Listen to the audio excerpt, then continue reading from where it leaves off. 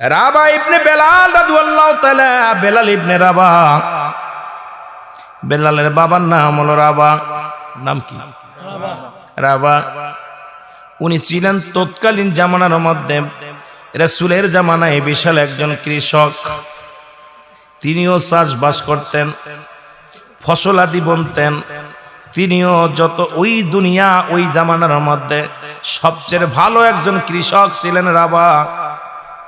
তিনি তৎকালীন জামানায় মাঠে ফসল বুনতেন, ফসল বানাইতেন।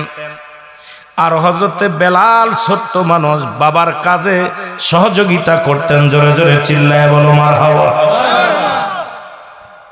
আমাদের সন্তানেরা যেমন বাবার সহযোগিতা করেন, মেয়েরা যেমন মার সহযোগিতা করেন, ছেলেরা যেমন বাবার সহযোগিতা করে, হযরতে বেলাল ছিল তৎকালীন জামানায়। রাবার খাবার নিয়ে যেত, পানি নিয়ে যেত। যখন কোনো মাঠে যেতেন বাবার সহযোগিতা করার জন্য পাশপাশ যেতেন। ওই জামানার মধ্যে হযরতে বেলালের গবেষণা, ছোট্টবেলা থেকে যখন মাঠে খাবার নিয়ে যেতেন, ছোট্টবেলায় যখন বাবার কাজে সহযোগিতার জন্য যেতেন, রাস্তা দিয়ে যেতেন আর চিন্তা করতেন এই জমিনটা বানালো কে, আসমান বানালো কে, এই জমিনটার মধ্যে হাওয়া দেয় কে, বাতাসটা দেয় কে, সূর্য উদয় করে কে, ডুবায় কে, এই ফসল দেয় কে, সব কিছুর মালিক কে। বেলালের মনে ছোট্টবেলা থেকেই তিনি চিন্তা করে এতগুলো। এ মুসলমান গভীর মনোযোগ চিন্তা করে কেমন, এই জন্য সবসময় চিন্তা করে এটা করলো কে, ওটা করলো কে, এটা কে দিল, এটা করলো কে, এই চিন্তায় সদা সর্বদা নিয়োজিত ছিল। জোরে বলেন আল্লাহু আকবার। একদিন বেলাল রাবাকে বলতেছে, বাবা, ও বাবা, আমি আপনার কাছে জানতে চাই জমিনটা বানাইছে কে? বলে আমার মালিক। তোমার মালিক কে? তোমার মালিক কে? বলে আমার মালিক অমুক। উনারে বানাইছে কে? এ মুসলমান গভীর মনোযোগ।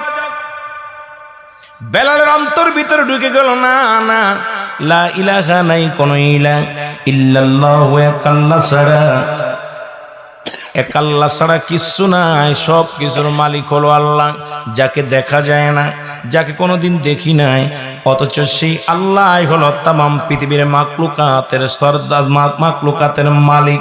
আল্লাহ হলো রাব্বুল আলামিন। পৃথিবীর মানুষ মুসলমান শুনে নাও, এই পৃথিবীর স্রষ্টা হলো আমার আল্লাহ, সৃষ্টি হলো আমি। বেলালের গবেষণার মধ্যে পড়ে গেছে। জোরে জোরে চিল্লায়া বলা যাবে না মারহাবা। গবেষণার মধ্যে বাবা এই বলে, বেলাল বলে, বাবা, এ সব কিছুর মালিক তোমার কোন সাধারণ মানুষ নয়। আমার মন বলে এই সব কিছুর মালিক হলো আমার আল্লাহ।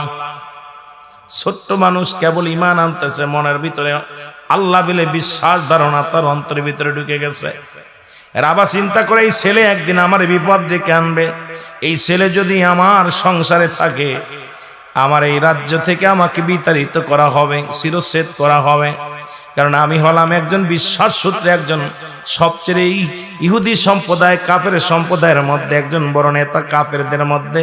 সুতরাং ঈমান আনা নাই, ঈমান আনি নাই, আমি একটা বেঈমান। সুতরাং আমার সন্তান যদি ঈমানের আলোচনা করে, আমি এই মানুষের সামনে মুখ দেখাবো কেমনে? বেলালকে যে কোনো কৌশলে বেলালকে বিতাড়িত করা লাগবে সংসার থেকে। জোরে জোরে চিল্লায় বলা যাবে না আল্লাহু আকবার। সংসারের মধ্যে একটু মহামারী দিল, অভাব দেখা দিল। ওই বছর ফসল একটু ভালো হয়নি, জমিনে ফসলও ভালো হয় নাই। বেলালকে নিয়ত করলেন এই সন্তান একদিন ফিতনা করবে, বেদাল বাদাবির বিক্রি করে দিবে। বাজারে নিয়ে গেলেন নিজের পিতা হয়ে। অপরাধ কি আসলে একটু অভাবের মধ্যেও ছিল বেলালের বাবা। বেলালকে বাজার উঠাইলেন, বিক্রি করবে। দাস দাসী বিক্রি হতো তখনকার জামানায়। বাজারে মানুষ বিক্রি হতো। এখন যেমন আমাদের বাজারে কিষান বিক্রি হয়, আমাদের বাজারে অনেক বাজারে আমরা কিষান নিয়েছি মাসকে মাস, 10 দিনের জন্য, 15 দিনের জন্য। তৎকালীন জামানায় চিরদিনের জন্যে দাস দাসী কিনা হতো, যতদিন পর্যন্ত জিন্দা থাকবে আমার সংসারে খাবে, আমার কর্ম করবে। আমি আজাদ দিলে আজাদ পাবে, আমি আজাদ না দিলে আজাদ পাবে না। সুতরাং এই শর্তে বেচা কিনা হতো, নারীদেরকে বেচা কিনা হতো ভোগ দখলের জন্যে। মুসলমান শুনে নাও, তৎকালীন জামানায় তারা চুক্তিতে বিয়ে করত যে 1 বছরের জন্য, 5 বছরের জন্য, 20 বছরের জন্য, 15 দিনের জন্য বিবাহ বিচ্ছেদ হতো। যখন ভালো লাগতো একাধিক নারী ব্যবহার করতে, একাধিক পুরুষ ব্যবহার করত। ইচ্ছা স্বাধীন এক কথায় তখনকার জামানায় আয়ামে জাহিলা, অন্ধকার জামানা, জোরে বলেন ঠিক কিনা। বেলালকে বাজারে নিয়ে বিক্রি করে দিলেন কিছু অর্থের বিনিময়। পিতা হয়ে সন্তানকে বিক্রি করে দিলেন বাজারের মধ্যে। আর এই কিনলেন, মালিক হয়ে গেলেন, কড়াই সূত্রে মালিক হয়ে গেলেন উমাইয়া। নাম কি? জোরে বলেন, নামটা কি? উমাইয়া। উনি কড়াই করলেন আজীবনের জন্য আমৃত্যু, যতদিন পর্যন্ত মৃত্যুবরণ করবে না। বেলাল আমার দাসী থাকবে, দাস থাকবে, আমার কিনা দাস গোলাম হয়ে গেল। বিনিময় কোনো সম্পদ পাবে না, একত্রিত কিছু দিনারের বিনিময়, কিছু দিনারের বিনিময়, স্বর্ণের দিনারের বিনিময় হযরত বেলালকে কড়াই করে নিয়ে গেলেন। বেলাল ছোট্ট মানুষ, প্রতিনিয়ত বকরি চড়ায় আর প্রতিনিয়ত বসন উমাইয়ার কর্মে নিয়োজিত থাকেন, বকরিগুলো চড়ায়। আর মাঠের মধ্যে বয়া বয়া চিন্তা করে, এগুলো কে করলো, এগুলো কে করলো, এগুলো কে করলো, এগুলো কে করলো। এই চিন্তা নিয়ে বেলাল সবসময় নিয়োজিত ছিলেন। জোরে জোরে চিল্লায়া বলা যাবে না আল্লাহু আকবার। বেলালের গবেষণার মধ্যে বেলাল শুনতে পারল কে যেন ডাকতে বলে, লা ইলাহা ইল্লাল্লাহু মুহাম্মাদুর রাসূলুল্লাহ। জোরে জোরে চিল্লায়া বলা যাবে না সাল্লাল্লাহু আলাইহি ওয়াসাল্লাম। বেলাল রে, তুমি যেটা গবেষণা করো শোনো, আল্লাহ ছাড়া কোনো মাবুদ নাই। কি নাই? আল্লাহ ছাড়া কোনো মাবুদ নাই, একমাত্র ইলাহ হলো কে? আল্লাহ ছাড়া কোনো ইলাহ নাই। কে? কে? আল্লাহ। তাকে পাওয়ার জন্য একটা মাধ্যম, ঠিকানা, সে হলো নবী মুহাম্মদুর রাসূলুল্লাহ সাল্লাল্লাহু আলাইহি ওয়াসাল্লাম। বেলালের অন্তরের মধ্যে নাড়া দিলেন আর উনি একা একাই জিকির করা শুরু করে দিলেন। বেলাল কান্দে আর ডাকতে বলে, মালিক,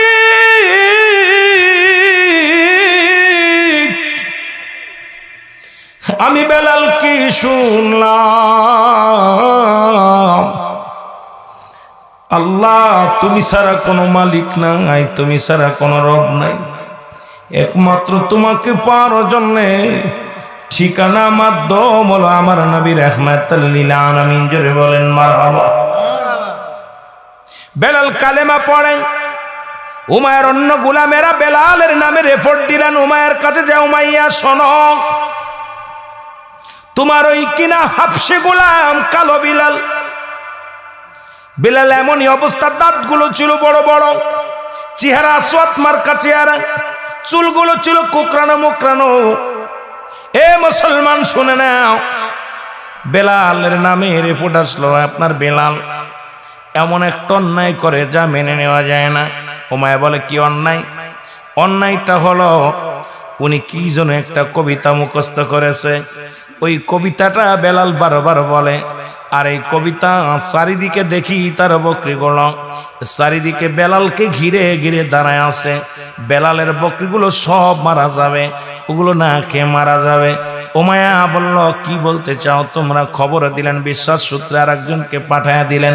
আসে দেখে বেলালের বকরিগুলো অনেক তরতাজা, কিন্তু বেলালের বকরিগুলো কোথাও খানা খায় না, ওই পাথরগুলোর মধ্যে চাটা দেয় আর ওই পাথরের নিয়ামত খাইয়া জিকিরের তালে তালে বেলাল জিকির করে, আল্লাহ আল্লাহ জিকির করে, কালিমার জিকির করে। আর বেলালের বকরিগুলো পাথরগুলোর মধ্যে চাটা দেয়, প্রতিটা বকরির পেটটা ভরে যায়। জোরে জোরে বলো মারহাবা। উমাইয়া খবর নিয়ে ডাকলেন, ডাক দাও বলে। উমাইয়া বলে, রাখালিরা রে, বেলালকে তলব করো, বেলালকে আমার কাছে পাঠায় দাও। বেলালকে পাঠানো হলো। বেলাল উমাইয়ার সামনে দাঁড়ায় রইলেন। মনিবের সামনে গোলাম দাঁড়িয়ে আছে। বেলালের আদব প্রদর্শন কত ভালোবাসো, কত আদব রে, কত মায়া, কত ভালোবাসা বেলালের মধ্যে। বেলালকে জিগায়, বেলাল তুমি নাকি কই থেকে এক কবিতা মুখস্থ করেছো? বেলাল রে তুমি সেই কবিতাটা আমার একটু পড়ে শোনাও। বেলাল পড়ে, হুজুর কবিতাটা শুনলে আপনারও মজা লাগবে, অন্তর কাঁদবে। বলে কি কবিতা বলো?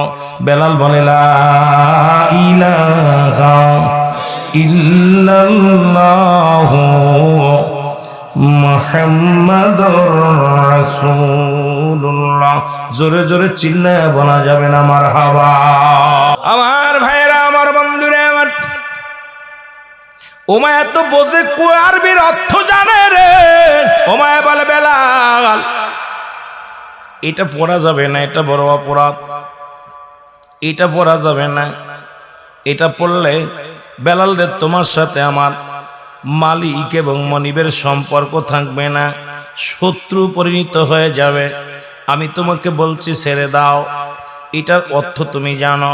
বলে অর্থ আমি জানি না, তবে শুনেছি আল্লাহ ছাড়া কোনো মাবুদ নাই। এই জামানার এই জমিনের সব কিছুর মালিক আমার আল্লাহ, আর তাকে পার একটা মাধ্যম হলো রাহমাতাল লিল আলামিন। এটাই আমি শুনেছি, এটা আমি বুঝি, এই অর্থ আমি জানি। ওমায় কয় না, তুমি এই কালেমাটা ছেড়ে দাও, আমি তোমাকে অনুরোধ করছি কালেমাটা ছেড়ে দাও। বেলাল রে তুমি আগে বলো, তুমি যে তারে রব বানাও, তাকে তুমি মালিক বানাও।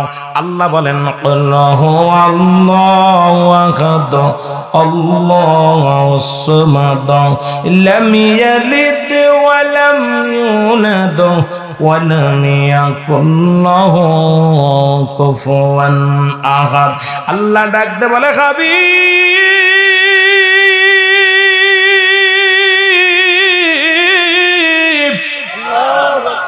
আপনি বলে দেন আমি আল্লাহ, আমি আল্লাহ। এই পৃথিবীর মধ্যে আমি আল্লাহ কিটা জানায় দেন গো হাবিব। এই পৃথিবীর মধ্যে কারো থেকে জন্ম নিই নাই, কারো থেকে কাউকে জন্ম দিই নাই। আসমান জমিনের মধ্যে আমার সমতুল্য, আমার সমকক্ষ বুঝতে বাকি নাই। আল্লাহর কোনো কেউ শরীক নাই, আল্লাহর তো ছেলে মেয়ে নাই, পরিবার পরিজন নাই। তাহলে উমায়াকে অনুকরণ করা সম্ভব আমার নয়। একমাত্র আমার আল্লাহর পূজা করি। ইয়াকা না'বুদু ওয়া ইয়াকা নাস্তাঈন ইহদিনাস সিরাতাল মুস্তাকিম। জোরে জোরে চিল্লায় বলা যাবে না মারহাবা। এর মুস্তাকিনের পথে মুসলমান, সিরাতুল মুস্তাকিমে মুত্তাকিনের মুসলমান শোনো গো। একমাত্র পূজা করব আমার আল্লাহর, একমাত্র গোলামি করব আমার আল্লাহর, দাসত্ব করব আমার আল্লাহর।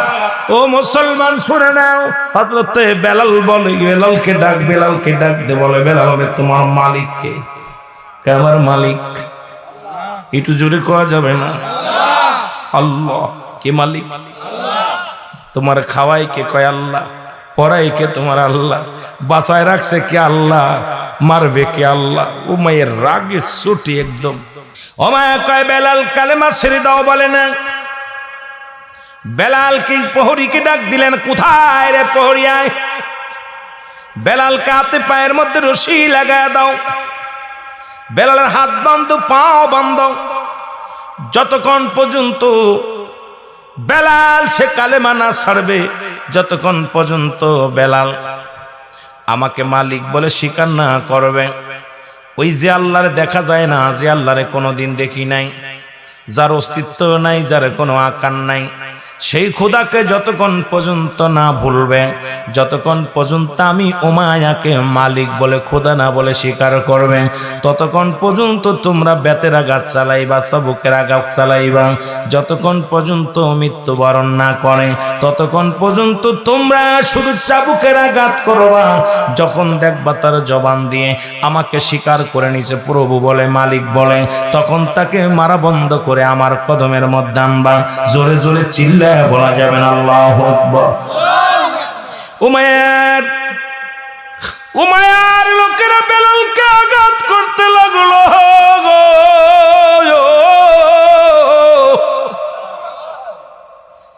বেলালকে মারতে মারতে জমিনের ভিতরে বেশ করে ফেলে দিল। বেলালের জবান দিয়ে শুধু আহাদাত বাইর হয়। বেলাল অনুনয় বিনয় করে, ও মায়ের লোকেরা রে মারিস না,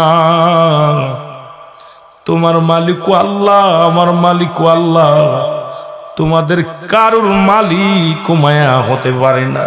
এই আসমান জমিনের মালিক আমার আল্লাহ, তাকে পার একমাত্র ঠিকানা, তাকে পার একমাত্র মাধ্যম হলো আমার নবী। এই উমায়ের গোলামেরা শোন, উমায়ের কিনার দাসেরা শোন, আমাকে মারতে মারতে যদি আমাকে চিরবিদায় করে দিস, তবু উমায়াকে খোদা বলা সম্ভব নয়, কারণ আমার খোদা আমার আল্লাহ। জোরে জোরে চিল্লায় বলা যাবে না আমার হাওয়া। এ আমার ভাইরা, আমার বন্ধুরা, আমার বেলাল জমিনের মধ্যে লুটাইয়া রে, জমিনের মধ্যে লুটাইয়া বেলাল কান্দে, চোখের পানি ফেলাইয়া, মালিক যতক্ষণ পর্যন্ত আমার দেহের মধ্যে জানটা থাকবে গো, একটা সেকেন্ডের জন্য আমি যেন তোমারে না ভুলি রে আল্লাহ। তুমি হায়াতের মালিক, মৌতের মালিক, আমি যেন মরণের ভয় তোমাকে না ভুলে যাই, আমি যেন মরণের ভয় আপনাকে যেন ভুলে না যায়, আপনার হাবিবকে যেন ভুলে না যায়। বেলালের চোখ পায়া পানি পড়ে, গা দিয়ে রক্ত ঝরে বেলাল। বেলাল চোখের পানি ছেড়ে কান্দার বলে, উমায়ার গোলামেরা রে, তোদের অন্তরে কি একটু মায়া নাই রে? আমি কি অপরাধ করেছি? আমি কারুর মাথায় বাড়ি দিই নাই, কাউকে ধিক্কার দিই নাই, কাউকে কষ্ট দিই নাই। একমাত্র অপরাধ আমার আল্লাহকে ভালোবাসা, আমার হাবিবরে ভালোবাসা রে। আমি বেলালের জীবন নিয়ে যদি তোরা শান্তি পাস, আমি বেলালের রুহটা নিয়ে যদি শান্তি পাস, আমি বেলালকে মারিস, আমি যত কষ্ট দিস না রে, আমি বেলাল একটা মিনিটের মধ্যে, একটা মিনিটের জন্য, একটা সেকেন্ডের জন্য আমার মালিককে ভুলে থাকতে পারবো না। এই দুনিয়ার সব ছেড়ে দিতে পারি, এই দুনিয়ার জীবনটা পর্যন্ত ত্যাগ করতে পারি, আমি বেলাল আমার জবান থেকে এই কালেমা সরাইতে পারবি না। বেলাল আগাতে আগাতে জড়িত হয়ে কান্দে আর হাদাত বলে চিৎকার মারে। বেলালের মার বন্ধ হয় না রে। বেলাল লুটা পড়েছে জমিনের মধ্যে। উমায়া খবর নেই বেলালের অবস্থা কি। বলো হুজুর, বেলালকে যত মারি ততই জোরে কালেমা পড়ে, বেলালকে যত চাবুকের আঘাত চালায়, ওই চাবুকের সঙ্গে বেলালের গায়ের গোস্তগুলো উঠে চলে আসে, কিন্তু বেলালের জবান থেকে আমরা কালেমা সরাইতে পারি নাই। আমরা মারতে মারতে নিজেরাই তো অসুস্থ হয়ে গেলাম, কিন্তু বেলালের জবান থেকে কালেমা সরাইতে পারি নাই। জোরে জোরে চিল্লায় বলা যাবে না আল্লাহু আকবার। যাও তোমরা যাও, বেলালকে বুঝাও, যদি আর মারার দরকার নেই বুঝাও। বেলালকে বুঝানো হলো, বেলাল কোনো কিছুই বোঝে না, একমাত্র আমার স্রষ্টাকে, আমার নবীকে, রাহমাতুল লিল আলামিন, আমার স্রষ্টা হলো আমার আল্লাহ। আমি হার মানি না। বেলাল কান দেওয়ার পরে উমাইয়া খবর দিল, যাও উঠবি কিসে করো, তেজি ঘোড়ার পিছে বেলালকে বাঁধো, বেলালকে পিঠে ঘোড়ার লেজের সঙ্গে বেঁধে টানো, মরু প্রান্তরে টানা হোক, দেখবে বেলাল এমনি কালেমা ছেড়ে দিবে। বেলালকে ঘোড়ার পিছে বাঁধা হলো, বেলালকে মরু প্রান্তরে টানে, আঘাত লাগে, পাথরের আঘাতগুলো লাগে, গোস্তগুলো চলে যায়, চামড়াগুলো চলে গেছে, রক্ত ঝরতে ঝরতে রক্ত শূন্য হয়ে গেল, রক্ত শূন্যতা হয়ে গেল। তবু বেলালের জবান শুধু ঠোঁট দুটে চলে আহাদ আহাদ আহাদ আহাদ বলে চলে। বেলালকে এত অত্যাচার করার পর বেলাল মৃত্যুবরণও করে নাই, কালেমাও ছাড়ে নাই। উমাইয়া বলল কি খবর? কয় হুজুর উনি মৃত্যুবরণ করে নাই, কালেমাও ছাড়ে নাই। কয় মরু প্রান্তরে হাতের মধ্যে শিকল দিয়া, পায়ের মধ্যে শিকল দিয়া, পেরাক লাগায়া উত্তপ্ত নদীর মধ্যে বেঁধে রাখো, আর বুকের মধ্যে পাথর চাপা দাও, যতক্ষণ পর্যন্ত বেলাল মৃত্যুবরণ না করে এই মরার সংবাদ যেন আমি শুনতে পাই। বেলাল যেন জীবিত না থাকে, ওকে উত্তপ্ত নদীর মধ্যে ফেলে রাখো। কোন খোদা বাঁচায়, কোন আল্লাহ বাঁচায়, ওর কোন ভগবান বাঁচায়, কোন মাওলা বাঁচায়। বেলালের হাতে পায়ের মধ্যে রশি বাঁধা হলো রে, বুকের মধ্যে বড় একখানা পাথর চাপা দিয়া হলো।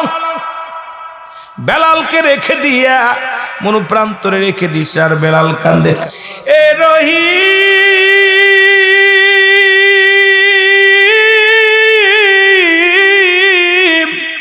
এ রহমান। এ মুসলমান গভীর মনোযোগ। উমাইয়া পাথর চাপা দিয়া রে মরুপ্রান্তরে ফেলে রাখলো। বেলালের চোখ দুটি বেয়ে বেয়ে পানি পড়ে, জবান দিয়া ঠোঁট দুটি খালি নড়ে আহাদ আহাদ বলে। খবর পাইল হযরত আবু বকর সিদ্দিক রাদিয়াল্লাহু তাআলা আনহু, খবর পাইল উমাইয়ার বংশ এই মহল্লার মধ্যে একজন আল্লাহর নবীর আশিকে রাসূল আমার বেলাল। ওই এক বেলাল নামে একজন হাবশী গোলাম, অপরাধ তার কালেমা পড়া, তাকে নির্মম ভাবে আঘাত করা হয়েছে, তাকে কষ্ট নির্যাতন করা হয়, তবু তার জবান থেকে কালেমা বাইর হয়নি। আবু বকর খবর পায় এক দড়ি চলে আসেন, এসে দেখে বেলাল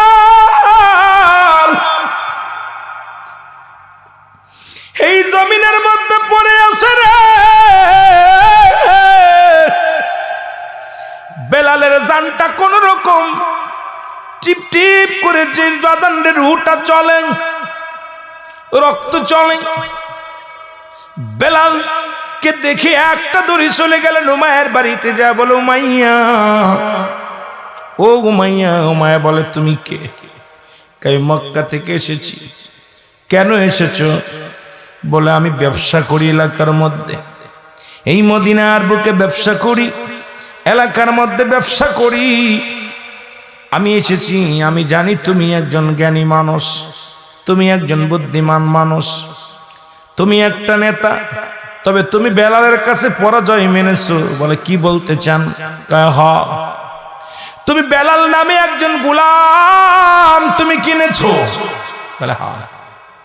তোমার অনুগত হয় নাই, তোমাকে খোদা বলে মানে নাই, তোমাকে মালিক বলে মানে নাই। এর কারণে বেলালকে তুমিও প্রচণ্ড প্রহার করেছো, আঘাত করেছো, জমিনের মধ্যে ফেলে রাখছো।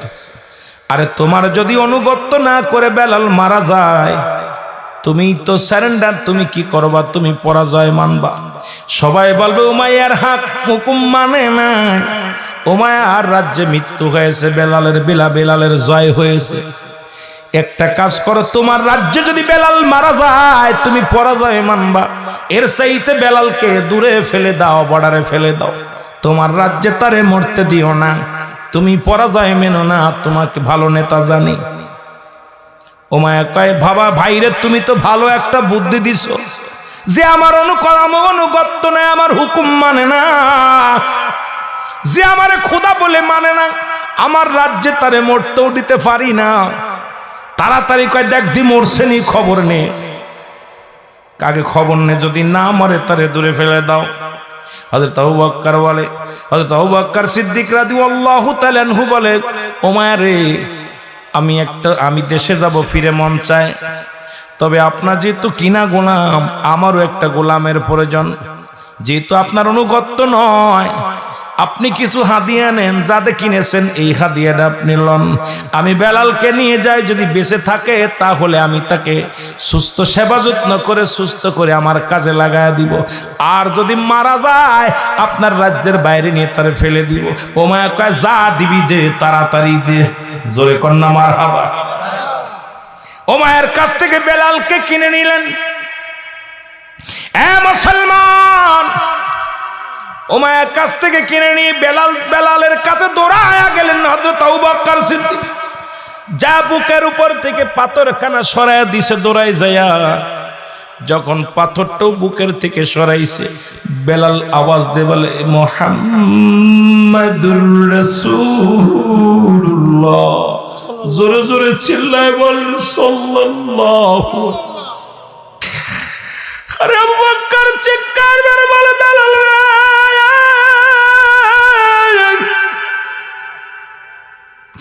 শত যন্ত্রণার পরও রে বেলাল, আমার মালিক রে তুই বলিস না, আমার হাবিব রে তুই বলিস না রে। ও বেলাল আয় আমার বুকের মধ্যে আয়। হযরত বেলালের হাতের রশি খুলে দিলেন, পায়ের রশি খুলে দিলেন।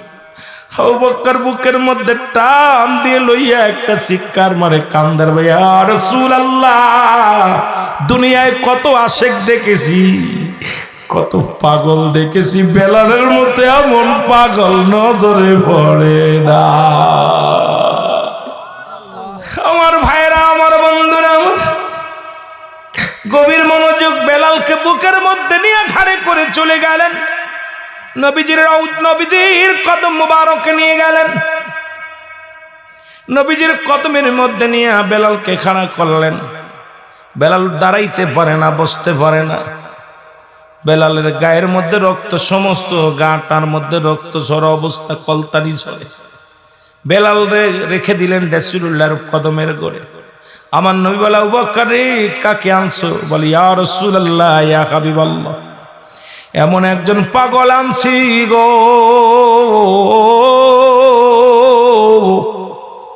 যিনি আপনাকে ভালোবাসিয়া জীবন দিতে পারে, আপনার জন্য জীবন নিতে পারে। ইয়া রাসূলুল্লাহ, ইয়া হাবিবাল্লাহ।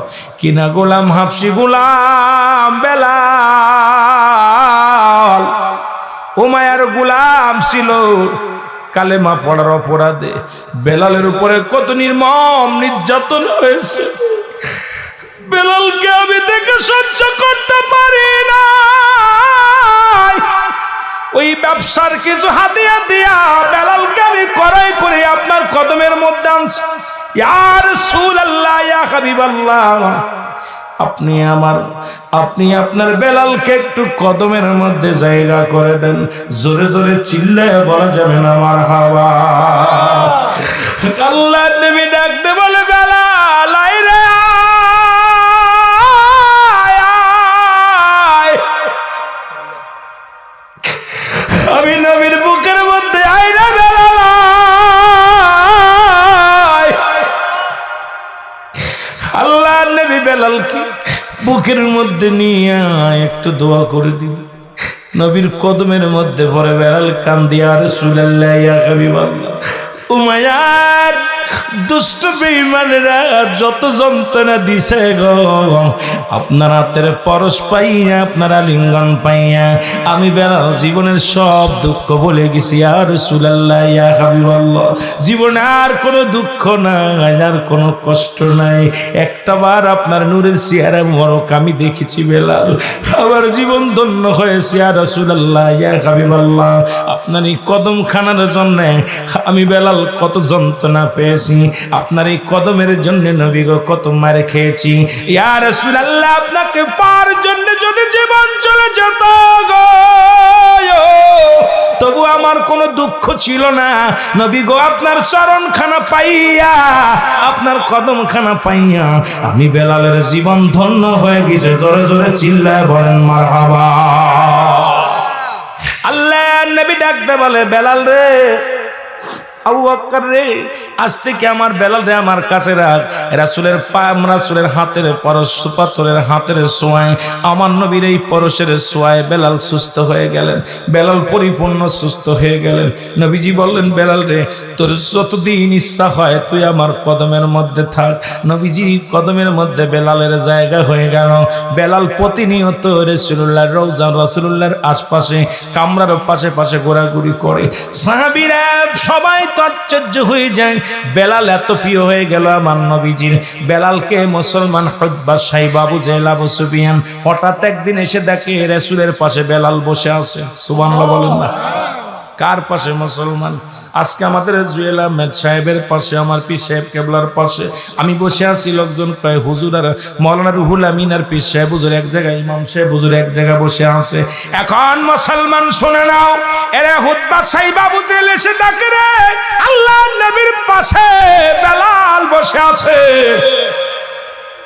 হুতবা সাহেব আবু জেহেল বলে, এ মুহাম্মদ সাল্লাল্লাহু আলাইহি ওয়াসাল্লাম, আমাদের তো মন চায় আপনার সাথে দুইটা কথা বলতে, আমাদের তো মন চায় আপনার সঙ্গে দেখা সাক্ষাৎ করতে, কিন্তু আইসা দেখলাম আমাদের মতো নেতা, আমাদের মতো বড় বড় নেতারা আপনার কাছে বসবে, অথচ আপনি বলে নবী আপনার পাশে যদি বেলালের মতো নিগ্রহ হাফসি গোলাম থাকে, হাফসি গোলাম যদি আপনার কদমের পাশে থাকে আমাদের মানায় না, আমাদের ইজ্জত থাকে না। সুতরাং আপনার বেলাল যদি যে কদমের মধ্যে জায়গা হয় সেই জায়গা আমরা এত বড় বড় নেতারা কেমনে বইব? জোরে জোরে চিল্লায়া বলা যাবে না আল্লাহু আকবার। নবীকে ডাকতে বলতেছে, মুহাম্মদ আমাদের তো মন চায় আপনার কদমে আসতে, কিন্তু বেলালের মতো হাফসি গোলাম যদি আপনার কদমের মধ্যে থাকে, আমরা বড়লোক মানুষ, দামি মানুষ, মানায় নাকি এক জায়গায়? মালিক আর কর্মচারী এক জায়গায়, এটা মানায় না। আমার নবী ডাকতে বলে, কি বলতে চাও তোমরা? বলে, হুজুর বেলাল যদি আপনার কদমের মধ্যে না থাকে তাহলে আপনার কাছে আমরা বায়াত গ্রহণ করব, আপনার কাছে আমরা আসবো। আল্লাহু আকবার বলেন, আরো জোরে। আল্লাহর নবী ডাকতে বলে, বেলাল,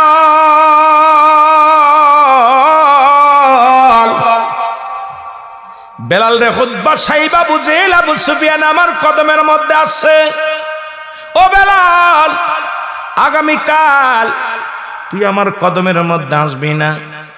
যদি হুতবা সাহেব আবু জেহেল যদি কালেমা পড়ে নাই, কতই না মঙ্গল হবে, কতই না উপকার হবে ইসলামের।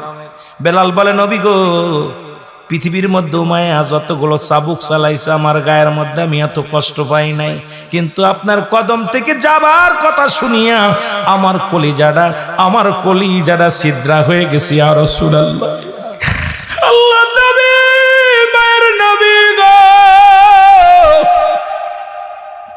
আমি বেলাল আপনার কদম ছেড়ে একটা মিনিটের জন্য গেলে আমি বাঁচবো না। ইয়া রাসূলুল্লাহ। নবী বলে, বেলাল রে শুধু একটা দিনের জন্য আসবি না, আগামীকাল আসবি। এখন কদম থেকে যাও, আগামীকাল আসবি।